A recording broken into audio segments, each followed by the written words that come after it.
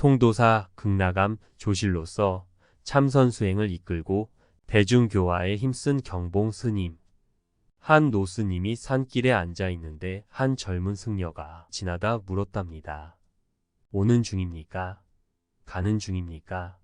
분명 노스님을 희롱하는 언사였기에 시자는 발끈했지요. 그러나 노스님은 태연하게 한마디 했답니다. 나는 쉬고 있는 중이라네. 멋진 유머로 한방 먹인 이분은 경봉 스님입니다. 통도사 극락선원 조실을 지낸 한국 현대 불교의 대표적 고승이시지요. 80세가 넘은 고령에도 매월 첫째 일요일이면 극락암에서 천여 명 청중을 상대로 법문을 하셨다지요. 스님 법문의 인기 비결은 내용이 쉽고 유머러스하게 불교 가르침의 핵심을 일러줬기 때문이랍니다. 화장실의 해우소라는 멋진 별명을 붙여준 이도 경봉 스님입니다. 사람 목숨. 여러분이 집에 꿀치는 벌을 먹이면 그 조그마한 것이 꿀을 치려고 30리 밖에 나가 꽃가루를 묻혀서 향기를 취해오면 아직 날개가 안 난 벌은 그 안에서 꿀치는 데까지 운반을 해주는데, 그 집안에 사람이 죽어서 벌통에 부고를 붙이면 벌목에 흰테를 두르고 나온다. 그러니 여러분은 무엇을 하든지 놀고 먹어서는 안 되고 자기가 노력을 해서 먹고 살도록 해야 된다. 내 말 한마디 한마디가 진리적이요, 과학적이요, 철학적이다. 무엇이든지 이치에 당해야 되지 이치에 안 당하면 안 된다. 내가 전번에도 얘기했지만 부산에 있는 어느 집에서 쥐약을 쳤는데 그 쥐약을 먹은 쥐도 죽고 또 그 쥐를 먹은 고양이도 다 죽게 되어서 집주인이 그것을 보고 그 고양이와 쥐를 위하여 마하바냐 바라밀 다심경 270자를 읽는데, 다 죽어가는 고양이가 주인 앞에 쫓아와 엎드려서 그 심경 읽는 소리를 다 듣고 숨을 거둔다.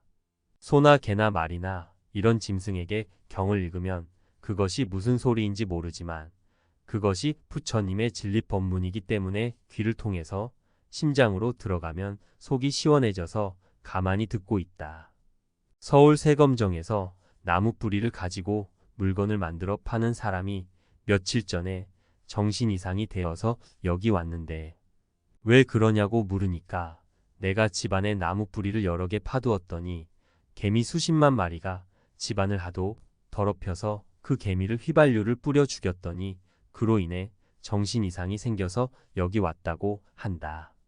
그래서 내가 그것을 마음으로 참회하라고 했더니 요즘은 병세가 좀 나아졌다. 그런데 우리가 언제 죽을지 모른다.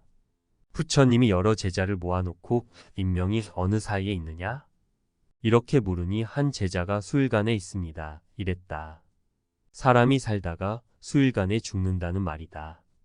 그래서 부처님이 너는 공부 못하겠다. 그러고는 다른 제자에게 묻기를 인명이 어느 사이에 있느냐? 하니까 밥 먹을 사이에 있습니다. 이랬다.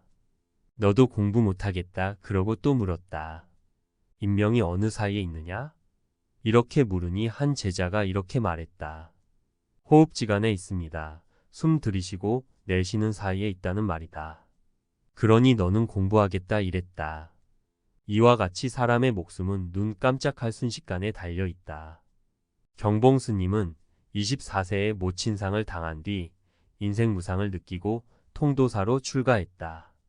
깨달음을 얻기 위해 해인사, 직지사의 선방을 돌며 수행정진을 거듭하면서 통도사로 돌아오라는 은사 성애 스님의 부름에도 응하지 않았다. 1928년 경봉 스님은 통도사 본사에서 걸어서 1시간 가까이 걸리는 극락암에 극락호국선원을 개원하고 영축산 자락에 선풍을 크게 떨치기 시작했다.